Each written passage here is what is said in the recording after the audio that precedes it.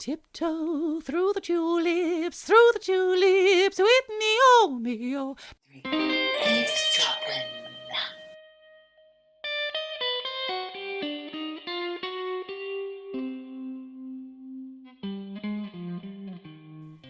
Howdy doody, Michelle. Hey, or ho, ho, ho, ho, ho. Ho, ho, ho. Yes, because here we are in the first week of December. And for us here at Eavesdroppin, that's going to be Christmas every week until Christmas. We've got a gift for you every Wednesday. Not that it's actually confined just to December.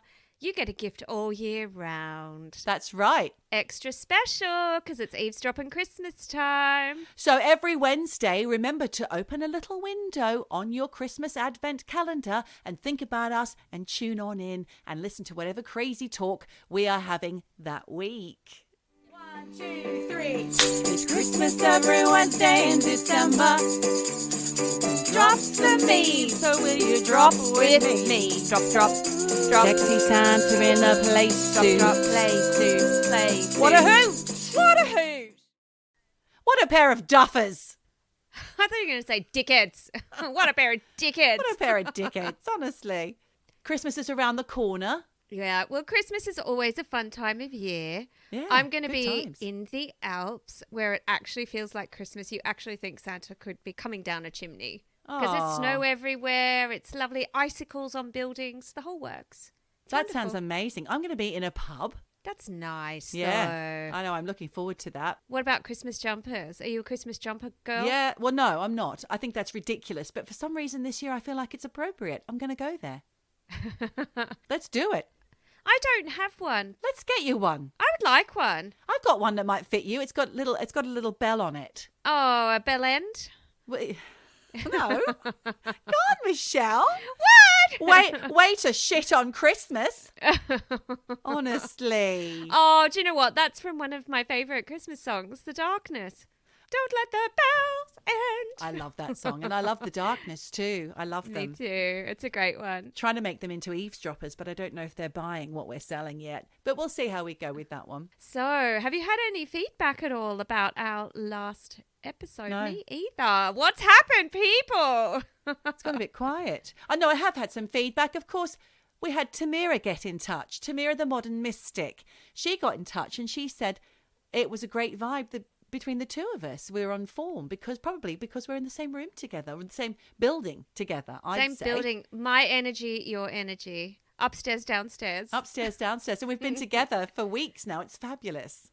Oh, I've been loving it, enjoying it so much, especially when we're doing our research.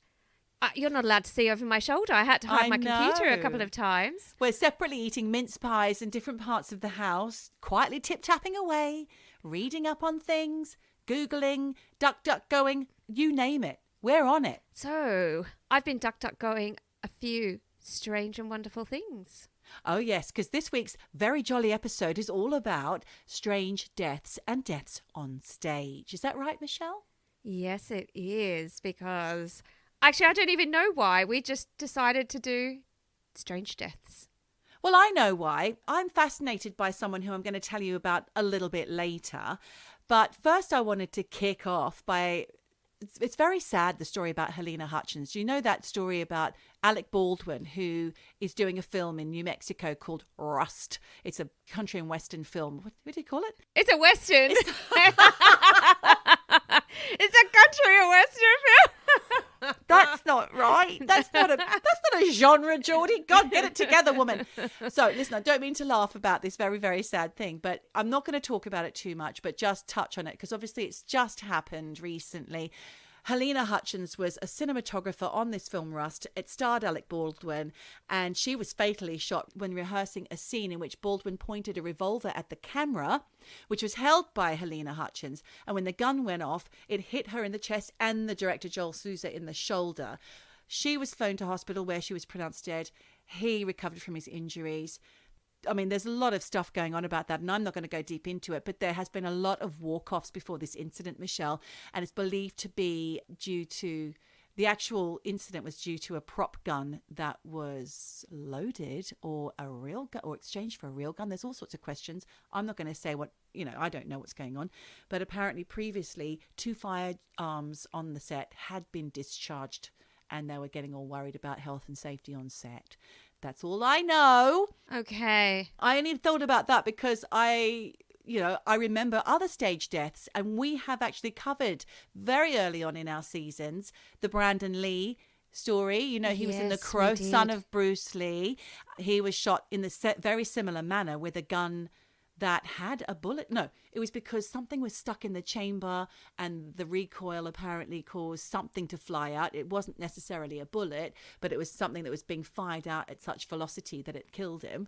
Same with Vic Morrow. Again, sadly, that wasn't a gun. That was a helicopter crash. Safety was null and void on that particular film, which was The Twilight Zone, which was an anthology film. We talked about that. I think it was episode 3 or 4, Cursed Films, or it was an extra droppings. I can't remember. In season 1, yes.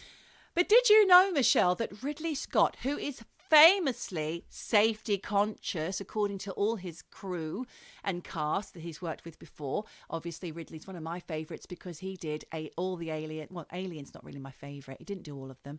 He did Blade Runner. That's right. My very favourite film that I couldn't remember for a moment there. I've never seen it. Oh, what?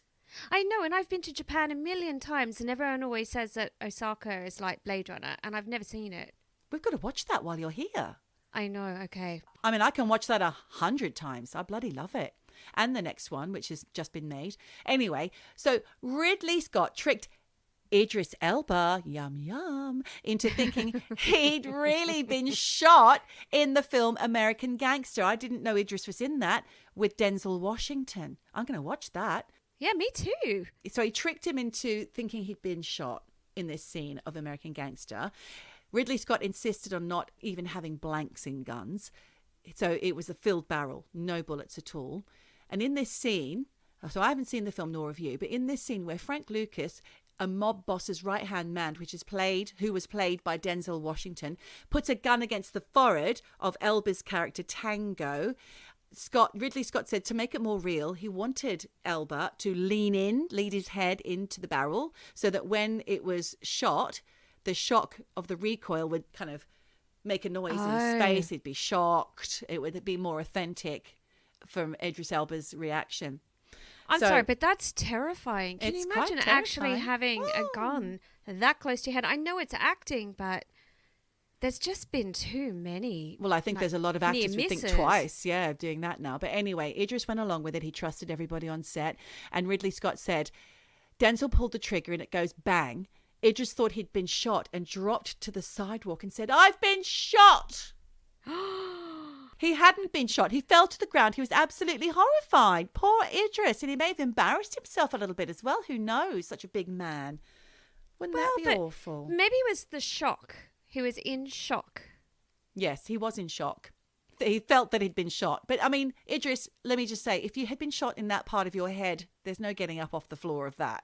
No, you wouldn't be yelling. You wouldn't be alive to to yell the tale. No. But you know what? This reminds me of Tiger King. Oh, that happened in Tiger King, didn't it?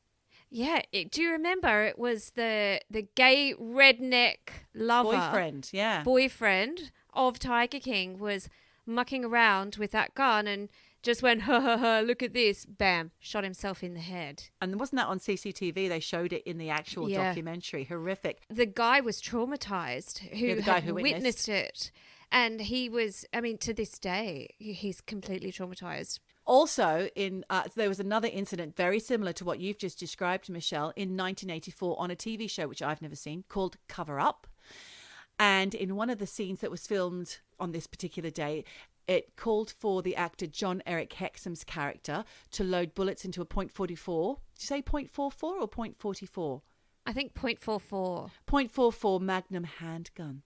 Okay. He was provided with a functional gun and blanks, but the scene did not go the way the director wanted it to. So they had a long delay and they had to set up the shot again. And in that time, Hexam became really restless and impatient waiting. So he started playing around, trying to lighten the mood. So Hexham had unloaded all but one of these blank rounds into his gun, spun it, did exactly what you just said, the Russian roulette thing, and he shot himself. Oh my God. Yeah. So in the same way that Brandon Lee was killed, some blanks use paper or plastic wadding to seal gunpowder into the cartridge. So that wadding is then propelled. The stuff that's inside the gun, even though it's a blank, the stuff that gets propelled through at such force that it causes serious injury or even death. Yeah. Especially if it's close proximity. So it didn't penetrate his skull, but it caused enough blunt force trauma to fracture a small piece of his skull and propel that into his brain, which caused massive hemorrhaging. Sorry, Mish. Oh, God. Trigger. It's just... Quite literally trigger. Literally. But it's just such a waste of a life. I know. So he was rushed to hospital, sadly, 6 days later. So he didn't die straight away. He was 6 days in hospital and then he passed away and he was only 26. I think that's worse. I think if you're going to go quick. Yeah. No, exactly. Don't hang around in hospital. Oh. So there's other famous deaths on stage and film. This one is a TV show in 1984. It was a comedy or magic show, I'm not sure, but it's the comedian and magician, British national treasure, Tommy Cooper. He died live on stage. Michelle, did you know that? No, I didn't. He was the one with the red fez. Okay, yes, I do know. Yep. That guy. So he was very popular in like the 70s, 80s. Yeah. And he famously died in front of a live television audience and the TV cameras were rolling when it happened. Oh. You can see the footage when I was researching and I was like, there's no way I want to see that. I never want to see that. It's awful. No. Those poor people who did witness it were probably scarred for life and wish that they had never witnessed it either. Anyway, it was a show called Live from Her Majesty's Theatre. And it was at Her Majesty's Theatre in Westminster in London. Yeah. During the act, he suddenly slumped down and subsequently collapsed. At first, the host thought it was part of his act. And so did the audience, Mish. And that's what I was thinking. Laughed. They laughed. No. They thought it was a joke. Oh, my God. And he's there. That's the He's whole dying. not waving, drowning, you know? Yeah, Shit. exactly. So he collapsed, fell back onto the stage curtains. That's when the director realised that something was really wrong. So they switched to an unplanned break and they were able to pull him from the curtains and they attempted to revive him. But unfortunately, he was pronounced dead shortly after at the hospital. Yeah. No. I mean, I guess we're too young. Yeah. Yes, way too to young. know this, way too young. But because those sorts of things you would think would be sort of in the zeitgeist, but I didn't know about that. Well, it was a long time ago, yeah. But speaking of things that you think would be in the zeitgeist and that you'd know about, did you know that in 1996, Tiny Tim, tiptoe through the tulips, with me, oh, that guy, right? Yeah, you know that what guy. I'm talking about, yeah. I do. He suffered a heart attack just as he began singing at a ukulele festival. No. But he survived and was hospitalised for 3 weeks and told never to play live again because his weight was out of control, his health was down the pan. But he ignored that advice, Michelle, and 2 months later he was back up on stage performing to a near empty hall at a women's gala in Massachusetts when it happened again. No. Halfway through Tiptoe Through the Tulips, he made it off stage, but collapsed and never regained consciousness again after that, which is really sad. Oh my God, that is really sad. But I wonder if he just was at the end of his career. So I always think everyone's at the end of their career. He's got nothing left. According to Michelle. Yeah, nothing left. No one came to see him. He thought, I'm in the States. I need every cent I can get, and that's why he kept going. Every dollar, every dime. Yeah. Because why else would you go against health advice like that? I know. Maybe he needed a dosh. Sad. Yeah. But going back to Tommy Cooper, I know it's awful that he died on stage and he died and people were laughing. But perhaps that's what he wanted, being a comedian. Maybe it would have been comforting to hear the laughter as you fade away. I don't know. Do you think? We'll never know. We'll never know. But Tommy, if you're listening, if you're an eavesdropper up there, get in touch. Do you think they're eavesdropping in the ether? Maybe. But listen, the reason why I was interested in deaths on stage is because I've always been fascinated with the hardcore punk performer, Gigi Allin. Not a fan of his music, I must say. I was introduced to the whole Gigi Allin story by a mutual friend of ours, Chris Campbell, who thought he was, I don't know what he thought of him, but you know, we used to listen to a lot of hardcore punk back in the day. Yes, I was wild. I was crazy too, but not as crazy as Gigi Allin, who was known for his outrageous live performances. Like, he would shit on stage, Michelle. He would self-mutilate. God. He was always naked. And the thing about Gigi Allin was he famously promised his fans and the world that he was going to commit suicide on stage. No. And that was darkly interesting to me for some reason as a teenager. I just thought, well, that's interesting. Is he going? I was horrified and frightened that he might, but I never really thought of him much. And then that's why I suggested we do this episode, because I wanted to look into Gigi Allin and find out, did he ever do this? Okay, I'm intrigued. I looked into Gigi Allin and his history and a little bit about him. Yeah. And he was actually born Jesus Christ Allin. That was the name he was given at birth. Do you know what? Parents, I'm sorry, but if you're going to give your kids a God complex right from the beginning, what do you expect? They're going to rebel. They're going to turn against you. Well, I think that was the idea, Michelle, that his father, who was a religious zealot, he had mental health problems, it turned out later on. He said he had a visit from the Messiah himself and told him his unborn son would be as great as Jesus Christ himself, and that's what he should be called. He would be the Messiah, he would be God, he would be the Lord. Wow. So he became known as Gigi because his brother couldn't pronounce Jesus, so it became Gigi. Okay. But anyway, this family had a strange upbringing. The father was violent and he was unhinged, and they were living in a log cabin with no electricity or running water. And this abusive father would threaten to kill his family and even dug graves in the basement, threatening to commit murder-suicide. So eventually his mother left, she tried to leave, and the father kidnapped her two boys. So she had to come back. But eventually she did get away with the boys, and they were raised in a relatively more stable and lovely upbringing with a new stepfather. She changed his name to Kevin by deed poll, sent him to school, but he never fit in. He had really substandard intelligence levels. He was picked on, he was bullied, and he was cross-dressing at this time as well.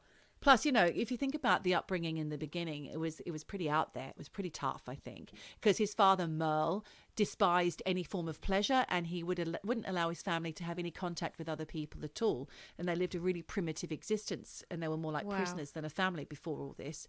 So eventually Gigi becomes the drummer in loads of punk rock bands, and then he becomes the lead singer and songwriter. So he's frontman in lots of acts in the early 80s, in bands such as Cedar Street Sluts, the Scum Fucks, and the Texas Nazis. But eventually he and his band, the Murder Junkies, become firm members of the underground hardcore scene. And by the mid to late 80s, Gigi Allin was an alcoholic and drug abuser of any drug that came his way. And his shows got wilder and wilder. At one point, Michelle, he ate a tampon on stage. Oh, he got his red wings. Oh, God, Michelle. Then he got his brown wings. No! Because then he started to poo on stage. Trigger warning, guys. I'm really sorry. And he used to cause loads of damage to all of the venues that he'd play in. He'd be thrown off stage in all these venues after only a couple of songs. So how he managed to get all his fans, I'll never know.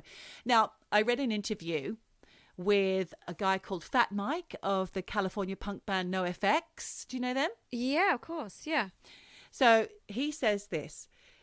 Now, trigger warning, people, I'm very sorry about some of the language and some of the descriptions of what's about to take place. So he says, Gigi prepared to do his shows by drinking whiskey and taking X-Lax, that's a laxative, the entire day. The band started playing, and as soon as Gigi took to the stage, he took this shit that came out like water. I'm not going to go into great detail about it, but basically it turned into a little circle. Then, now this is where it gets upsetting, he got down on his knees, and I'm not going to use Fat Mike's words, he ate it and he spat it into the crowd. No! Jello Biafra was there from the Dead Kennedys, and Fat Mike put Jello in the way. So he used him as a human shield. Human shit shield. Exactly. Meanwhile, all these punks who think they're so outrageous, that was divisive for them. Like, a lot of them would leave. A lot of them, well, he says, half the crowd left right there. And then 10 people threw up. And only 10? Only the 10. So now Gigi and his band were playing, and everyone was at least 10 feet back. And that was the first song, Michelle. Wow. So now there's more room. He threw a bunch of glass on the floor and began to roll in it. Mike continues on. He says he grabbed this blonde girl from the audience and was just on top of her. She was screaming. It wasn't fun. It wasn't consensual, but nobody wanted to touch him. He was covered in shit. Oh, my God. What was he doing to this girl? Well, I think he was sexually abusing her. I don't know. He was probably naked. That's what he used to do at all of his shows. He proudly says that that's what he would do. Oh, my God. And there was glass on that floor too. Glass, that poor girl. Yeah. She wasn't having a good time. They eventually got him off, and then he went around the audience and started hitting people with the base of the mic stand. Then a girl who was into all of this came on stage, and Gigi Allen just kicked her in the face, right in the jaw, straight away. She went home with him after a visit to the hospital. Oh, my God. He went to the hospital. She went with him. And at the end, they got together. But Fat Mike says that one of his knees was so cut from the glass on the floor that every time he took a step, blood was spurting out. He said it was absolutely terrifying. Oh, my God. And he said no one wanted to go near him. He stank of shit all the time. He used to his song lyrics are awful, talking about all sorts of horrible things. How was he still getting gigs? Like, who would It was put the him 80s. on? It was punk. It was punk times. Yeah. He was fascinated with serial killers, and he promised that he would, like I said, commit suicide on stage in Halloween of 1989. But by that stage, he was in jail, so he couldn't do it. Then he continued to threaten every year from then on that he would, but he kept getting imprisoned every year. I wonder what he was in prison for. All sorts of things. Well, he was violent, and I don't know if there was sexual abuse, but he said he'd been in prison for 2 years altogether, but over a period of 53 arrests. Oh, so hell. Dude's got some issues. He's got some issues, because I watched an interview. You can see it on YouTube. It's in June 1993, his last interview, Michelle. He appeared on a show called The Jane Whitney Show, and I think he was also on Springer before that, Jerry Springer. I love a bit of Jerry Springer. Go and check it out. It's a segment called America's Youth Gone Wild. And this was his last interview, like I said. He comes on and he says he wanted to be the Messiah and lead the kids of America into mayhem. And they're going to be my kids. I will own them. He was really aggressive to the audience, really rude to the audience. I wonder if he took a shit on the Jerry Springer show. He said that he would commit suicide and he'd take his fans with him. And when Jane asked him, what do you mean? He said he was going to make them commit suicide as well, or he would just kill them. He also said that he was, the prophet and the Messiah, and who else at age of 35 could sleep with 12, 13, 16-year-old girls, boys, and animals? At this point, the people in the audience are going, huh? What? Oh. There's some fans who are laughing. Some people are clapping, not very many. Anyway, he went on to say that he would rape both women and men at his concerts. He'd fight them, and he was always naked. Well, he didn't say that. I just noticed that he was always naked. But do you think it was just all talk? It was just all talk to be, divisive. No, and I think he'd actually said, listen, you're all there in your uniforms. People are wearing very 80s outfits. He's sitting there in a pair of pants with a stick and a Nazi helmet and some sunglasses, right, and a weird moustache that's been shaved in the middle. So it's just got the moustache on each end. And Jane says, well, what about you? You're in a uniform. And he said, this isn't a uniform. I'll tell you, if you see me tomorrow, I'll be wearing this again tomorrow. To me, that's, if you wear it more than once, mate, it's a uniform. He said, I'll still smell this way. So I think he must have still been covered in shit. Shit, yeah. Probably all dried with flies around at that point. Anyway, later on, he had these two girls on, 17-year-old Liz and Wendy, who sat next to him and said they would do anything for Gigi, including die. Wendy said, this was where it gets really disturbing, so trigger warning. She said, he's my God, he's my daddy. And when everyone was like, what do you mean? He said he'd adopted her. And he said, and what do we do on Father's Day? No. You don't want to know. Oh my God, I can already Shall I tell imagine. you? Go on. Trigger. She said, he gave me the great gift of letting me watch him masturbate, and then I got to piss in his mouth. Oh. Can you imagine the audience at Jane Whitney's show? They would be fucking losing it. So it's frustrating. It's horrible. This man looks like he is definitely narcissistic. Apparently he did have disorders, like personality disorders. No shit. All the shit, Michelle. All the shit. To me, he reminded me a little bit of Manson, Charles Manson. Okay. Wanting to take these people with him, trying to, getting all these fans and these young girls on board, all nihilistic. We're all going to die. Oh, that's the other thing he said as well to the audience. He said, you're all going to die these really sad little deaths, not like me. I believe that when you die, you're at your peak when you die and you've done everything you need to do. And that's when you die. And that's what's going to happen to me. And I'm going to kill myself and everyone else. And I am the Lord and the God, and I'm the best, and I'll just do what I want, and I'll have who I want, and I'll do what I want, and I'll suit myself. So this is the way he was speaking. Because when you were speaking earlier about him, it did seem a little, cult leader-ish. The girls sounded like they were, in fact, at one point, Jane says, you sound like you've been brainwashed. Vulnerable girls who were seized. Gigi Allin did play a last show in 1993 at a punk club in Manhattan, but the show ended after 3 songs when fights had broken out in the crowd. In the end, Allin ended up outside with a bunch of fans, leading them through the neighborhood. So they walked around and around for about an hour or so until they went to a punk guy who, I don't know if he's in a band, I didn't look him up, Johnny Puke, his name was. Real name. Real name, guys. Birth name. Well, it could be something like Jesus Christ. I mean, that's what Gigi Allin was called. Bizarre. Yeah. Anyway, Johnny Puke, he had a little party. They went and took some drugs. And both Johnny and Gigi Allin took so much heroin that they both passed out. And that is how Allin died. He didn't die on stage. That's a letdown. I'm sorry to disappoint. But the next morning, Johnny Puke woke up and noticed that Allin hadn't moved an inch. So he posed for Polaroids with the corpse before calling for an ambulance. Oh. I know. Gigi Allin was 36. And if you're interested in finding out more, then there's a documentary called Hated. Oh, fucking hell. Did you watch it? No, I watched the interview with Jane Whitney. That was it. What a terrifying story. I feel like I need a shower now. Yeah. But now that you know as an adult looking back at your childhood self, do you think, fuck, what did I find so intriguing about him? More than, he's going to kill himself on stage, die on stage. That was it. I mean, I didn't know anything more about him. No, we didn't have the internet back then, Michelle. And I didn't really, I was into the hardcore, US hardcore scene, definitely. I loved Dead Kennedys and I loved Henry Rollins and Black Flag and all those bands. But Gigi Allin was one step beyond for me. And if I heard any of his music, I don't think I would have liked it. No. I liked Bad Brains. It was just, he was more about the story around him rather than his music. Yeah. And it was all about the myth. Yeah, exactly. And he did look a bit like Manson. I think he does look a bit like him as well. It's that kind of morbid fascination that you have with these characters.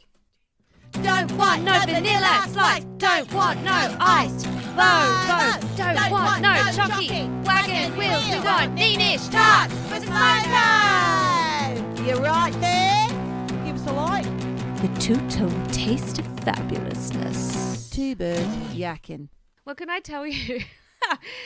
A few weeks ago, I don't know why, but I was in a band and the song came up on YouTube and I thought, blast from the past. And I clicked on it and then I scrolled through the comments and there was a comment and this was probably from about 10 years ago, but it said... Who's that little bitch?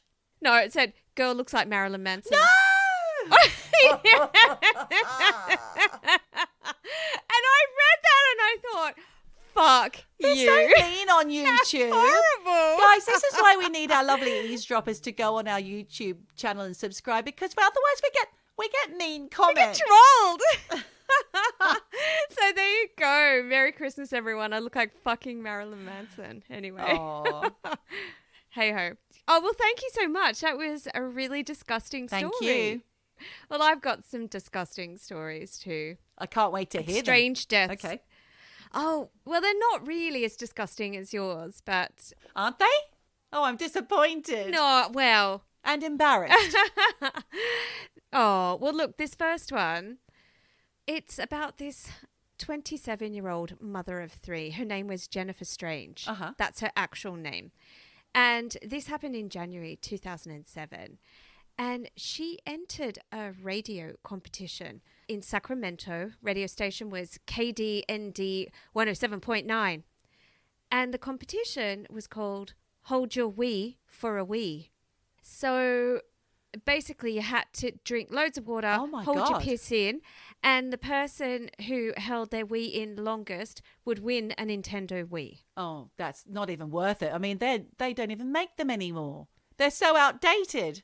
Well, this was 2007. Okay. So, yeah. So I guess maybe it was like the shit hot thing to have. So it came down to 20 people. And, you know, like I said, the winner was the person who drank the most water without going to the loo. Crikey. And I did some going on this, and I couldn't find whether or not they were all in the radio station doing this or not. But I kind of think they had to be in the same room. Otherwise, you would just pretend, you know, to drink and not go to the loo. Because if you're just on the phone, you can do a wee while someone's on the phone. Yeah. I mean, because I know this because you've done it to me. I think I've done it to you as well. I'm sure you have. You know, this reminds me of something like Touch the Truck, or They Shoot Horses, don't they? Well, Touch the Truck, you know, when you had to, there were those competitions where you used to have to put your hand on a truck and stand there and touch it. And the last person standing wins the truck, no matter how long it takes. What? I've never even heard of that. That was a thing in the That's 90s, horrible. 2000s, I know. And then, of course, there was that wonderful Jane Fonda film, They Shoot Horses, Don't They?, which is set in Depression era United States. And there was a dance competition, one of those competitions that you had to dance all night long. And the last couple standing won some money. And money was in short supply back then, so was food. Right. I never saw that film. That's another one we need to watch. Well, like I said, there were 20 people in this competition. And Jennifer, she drank 7.5 litres of water. Whoa. And the thing is, she didn't even win the Wii. She came second. Jesus. But she joked on air, oh, I look pregnant again. And after she didn't win, she came second. She apparently threw up and drove home. But she wasn't feeling so good. So she rang the office, and according to a news report, she called a colleague at her job and told them, listen, I'm feeling really unwell and I've got this splitting headache. And her colleague was quoted as saying that she was crying on the phone because she was in so much pain. And that was the last time anyone heard from her, because later that afternoon, she was found dead. Oh, no. From water intoxication. Oh, what? That's a thing? Yes. Now, look, I don't know if you remember this, because this case instantly triggered a memory from the mid-90s of that girl, Leah Betts. Ah, yes. She was that girl who took the E and then drank loads of water and then, like, internally drowned herself. Oh. And I think that was the first time I'd ever heard that drinking too much water could kill you. Yeah. And look, I looked into this, and the way it works is if you've drunk too much water, and apparently they say anything over 3 litres could be too much, then your blood becomes diluted, which then reduces the plasma sodium levels, and that can be deadly. And in Leah's case, the water was sucked into her brain cells under osmotic pressure, and this caused her brain cells to swell and cause then again increased pressure on her brain, which led her to fall into a coma and die. Well, that's horrific. So basically, this is what happened to poor Jennifer. She'd had more than double her water intake because she had 7.5 litres. You know, right? that is so irresponsible of the radio station to come up with this ridiculous idea. I hope that they were prosecuted. Well, like everyone in America, the family sued the radio station and it went to court, and a Californian jury decided that the radio station was liable for her death because apparently there was a show host and somebody rang in and said, listen, this competition's really dangerous. They're like, no, it's absolutely fine. Basically, Jennifer's family won $10 million. Oh, wow. Okay. Yeah, they sued. They successfully sued the radio station. And I just think it's so awful because, you know, she didn't even win that bloody Wii. I know. You know, and she just lost her life for no reason. That's tragic. I know. So in a way, I feel like these strange deaths are life lessons. People, they're life lessons. Because you always think, oh, got to hydrate. But actually, you can go too far. So just watch it. Yeah. And so that's one life lesson. And also the other one is don't do silly things for, just a bit of plastic that's going to be outdated in a couple of years. Write in, but don't do silly things. You can send a self-addressed envelope on or the back of a postcard or something, but that's it. Don't do anything more. Well, do you know what? There is a whole section on Wikipedia, and look, I got lost in a random wormhole with this. If you just type in list of unusual deaths into Wikipedia, yeah, it comes up. Look, I'll put a link in the show notes to it. There are lots of ways you can die that you've never, ever thought of. And in fact, one horrible one, because like I said, I lost hours going down a wormhole of horrors. Yeah. I mean, and trigger warning here. Trigger warning. Warning. Trigger warning. Look out! Trigger. Oh my goodness. Warning. Chips. Brace yourself, Mavis. There was a guy who was literally shagged to death by a horse. Huh. This guy, I mean, it's disgusting. This guy, Kenneth Pinion, who's now known as Mr. Hands, and I actually don't know why he's got that nickname, but it's absolutely disgusting. Oh, because you have to measure a horse in hands. Oh my God. That's probably it. I didn't even think of that. Oh, that's disgusting. Yuck. Well, he was basically anally ruptured by a stallion. Oh, stop it. I know, and he was not a good guy. I mean, that's disgusting. That already makes him not a good guy. But, okay, he was definitely not a good guy because A, he was having sex with a horse, but B, he was selling the video of himself. God. So, on bestiality sites. Oh, I really need a shower now, Michelle. How did this Christmas episode get so disgusting? Happy holidays. Yeah, happy freaking holidays. Anyway, so look, here's another bizarre death, which is quite grim, and it also involves an animal, but not in a disgusting way. It's just really sad, actually.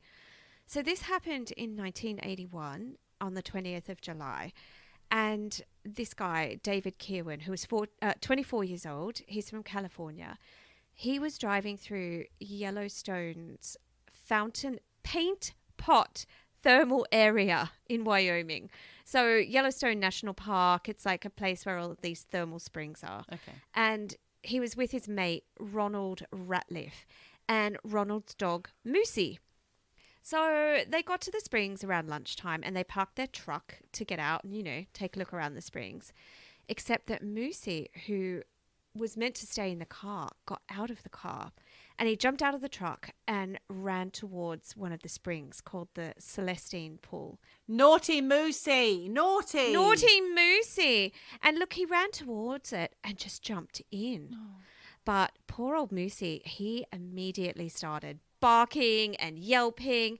And according to reports, David didn't even own Moosey. It was Ronald, but David thought he was going to be a bit of a hero, and he jumped in to save the dog. Boiling water, isn't it? Yeah. Yep. Oh. David did not realise before he dove in, head first, into that water, it was 200 degrees Celsius. Oh, my God. Yeah. Look, according to reports, he jumped in and he kept trying to swim to try and save this dog. But eventually he turned back to get out of the spring. And finally, with the help of his friend, who had, just from putting his feet into the spring to help his mate, got third-degree burns on his feet. Jesus. He managed to pull his friend out of the spring, and this guy, David, turned around and said, "That was stupid. How bad am I? That was a stupid thing I did." Oh, no, don't, Michelle, because I'm already feeling quite shocked and horrified by this story. Well, should I trigger warning? Yeah, trigger it. It was bad. Oh. Trigger, everyone, trigger. He was right. It was a really stupid thing to do because, I don't even know if I can say it. It's so awful. It's so awful. This is not Christmas. What were we thinking? Trigger, trigger, trigger. What were we thinking? Oh, I don't know. It was true crime and true life. But here we go. So, okay, skin peeled off. No, well, first of all, he boiled his eyeballs. Stop it. And he was blind. Then, apparently, rangers reported that they found 2 large pieces of skin in the spring in the shape of his hands. Oh, God. And then when a bystander tried to help him by taking off one of his shoes. Oh, no. His skin, which was already peeling off his body, it all came off with the shoe. God. And he had 3rd-degree burns all over his entire body, and he did die the next morning in a Salt Lake City hospital. And Moosey didn't make it either. No, so Moosey wouldn't have made it. That's horrific. Thanks, Michelle. It is horrific. Why did I think that would be a good story? I'm so sorry. I just think the pain must have been excruciating because I burnt my hand in hot water in the summer and I ran. Luckily, I was somewhere where there was a pool. I ran like the clappers to get to that pool and I had to sit there with my hand in the pool for an hour. And after that, I had to hold on to ice all night long. Well, what I think maybe happened was that he dove in the water, and because it was so hot, he didn't notice. His body actually registered it as cold. Because you know how sometimes you can get that feeling. I mean, I remember I was at my sister's house in Australia, and she has induction oven and stovetop, and she was cooking pasta, and I said, "Oh, I'll take over." I was stirring the pasta, and somehow there must have been a surge or something, and the water boiled over my hand. Ooh. Because I was stirring, and I had to go straight to the emergency, and I had burns all over my hand, and it wasn't fun. And I think back to that, and it did not register for a second or so, which normally that's a long time to like not pull your hand away. And I think it was because I did think it was cold, or the sensation took time. So that poor dog and that poor guy. Yeah. But the life lesson here is don't jump into a hot spring. Yeah. Don't jump straight into any body of water without checking first if it's not too deep, if it's not full of nasty creatures, or if it's boiling hot. Or freezing cold can also kill you as well. Thank you, Michelle.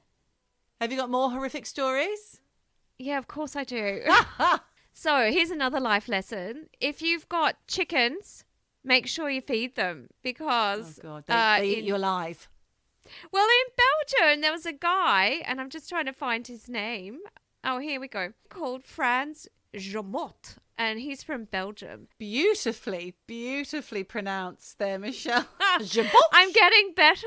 Jamot. What happened to him? Well, he was found dead on his farm.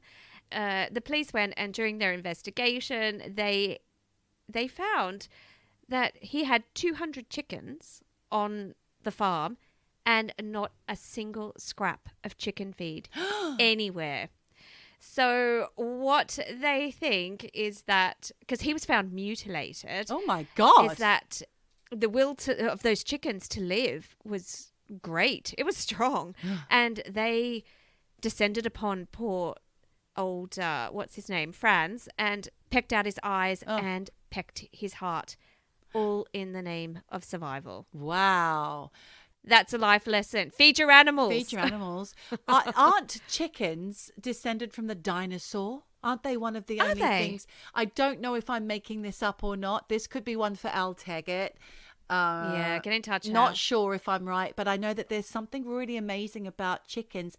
It's like the daddy long legs, which has daddy long legs has the most deadly venom, but they have no fangs with which to administer it. Thank God. Maybe if the chickens can fly, and they can't, but if they could, they would be the scourge of the skies, pecking out eyeballs as they go.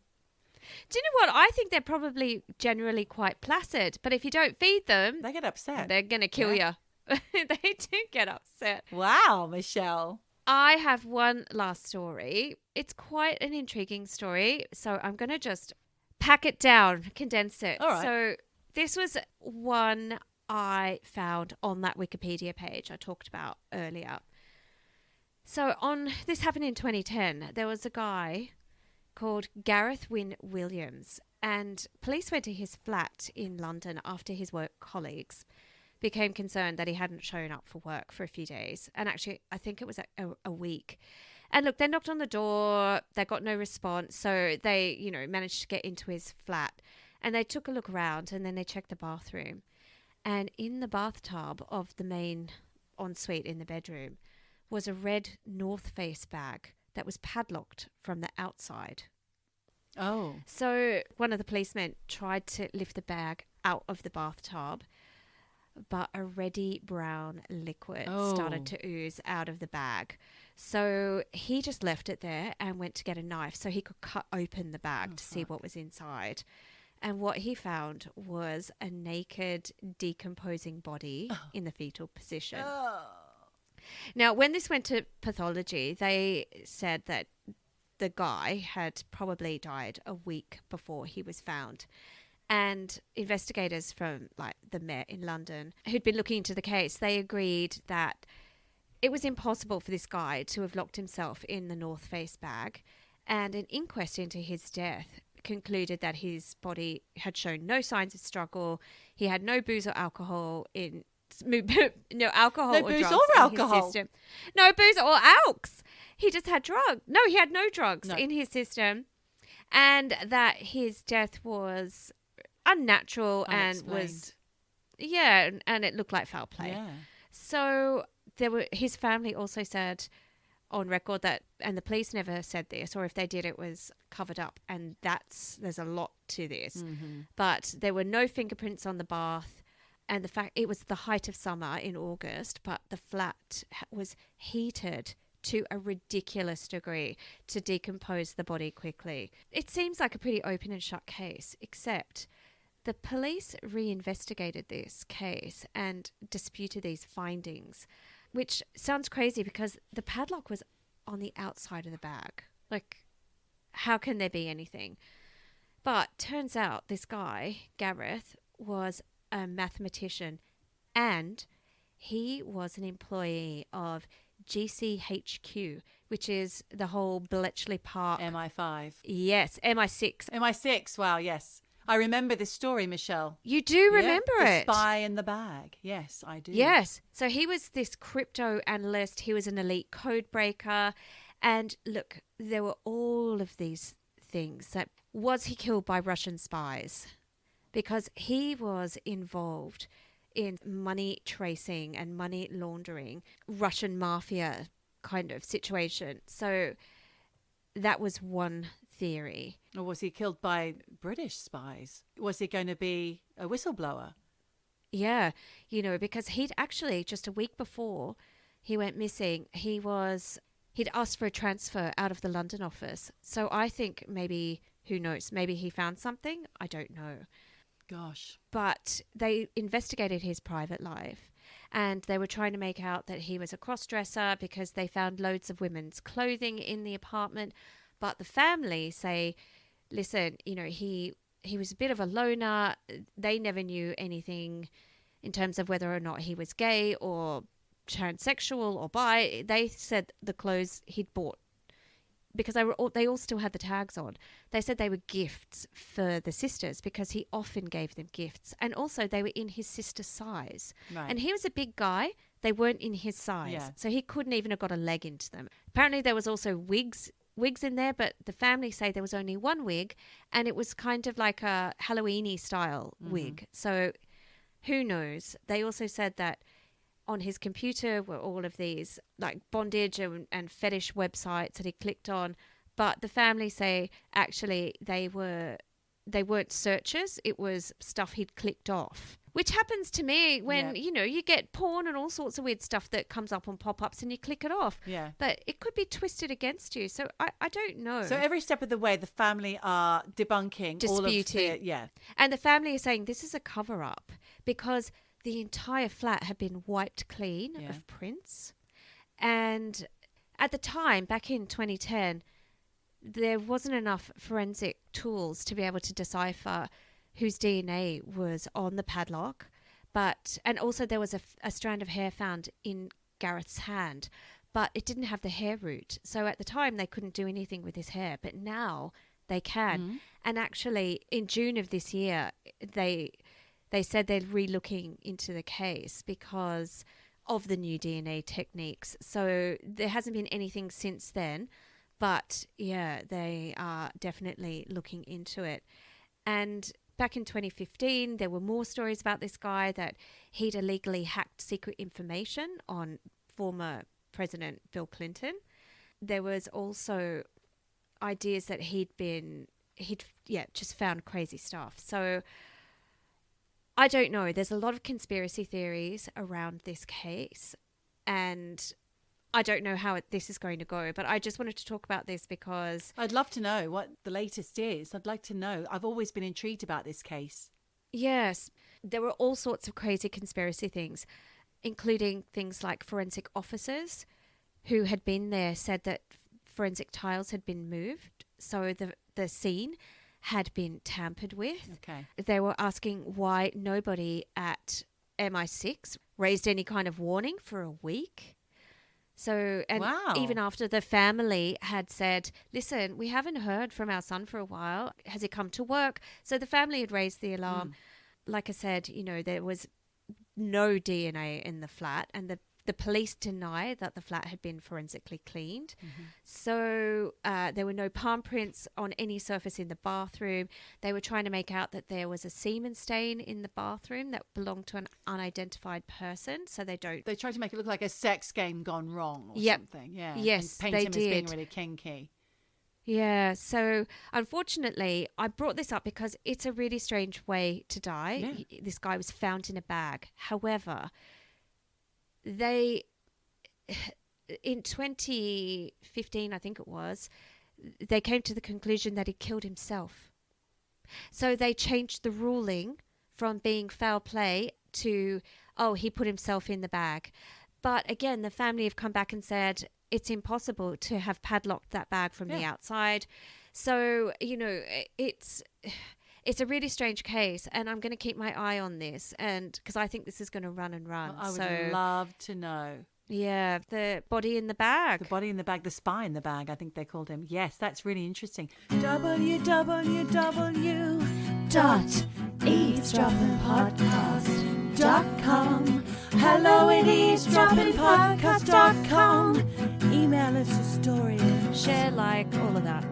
Follow our social media. Like, subscribe. Instagram and Facebook. Yep, you know what to at do. eavesdroppin_. You got that right. Eavesdroppin. G. Yep. Thank you, Michelle, because that is an intriguing story. Some of your other stories were a bit iffy, but that one was really good. So thank you. But listen, so we're going to go off soon and leave you to recover and have your own scrubbing down after hearing those horrific stories. They were grimy stories. Sorry, people.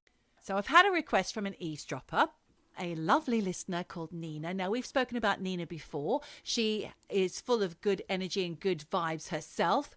And she has made a request that I ask all of our lovely listeners to please think about some good positive vibes and energies that you can send to her, because she's not very well at the moment. And she would love it if everybody would send her their positivity her way. Oh, wonderful. I'm going to, because we love Nina on this show. Nina's a great eavesdropper. She lays her hands on people and it feels good. She's healing hands, and I've often thought in the past, I wish Nina would put her hands on me. But she can do it via the phone and all sorts. She can just think about you. And I think that's what we need to do for her, because she's not very well at the moment and she'd love a bit of uplifting positive energy from everybody. Can we do that? Yay. Well, I'm going to do it right now. Nina, here's some positive vibes for you. Sending vibes, love, good times, joy, all for you, Nina. Beautiful. Mwah. I even gave her some kisses. She got kisses as well. Have you got mistletoe in your house, Michelle? Are you going to have it when you get back? I don't need mistletoe. I just get kisses whenever I want. Snogging all day long. Do you lay down the deerskin rug and just roll on it in front of the fireplace, a la James Bond, when you get to the Swiss Alps? Yes, but we don't have a real fireplace. We have to put the Netflix fire on. That's all we've got. We haven't got the real one. But yes, we can do the old roll around with a glass of champs. Very Christmassy. That's a really nice thought for everyone to leave with this week, compared to boiling eyeballs and other things that we've spoken about.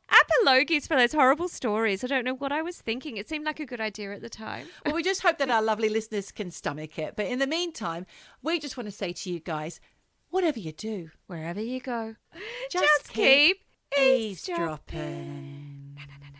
Eavesdropping.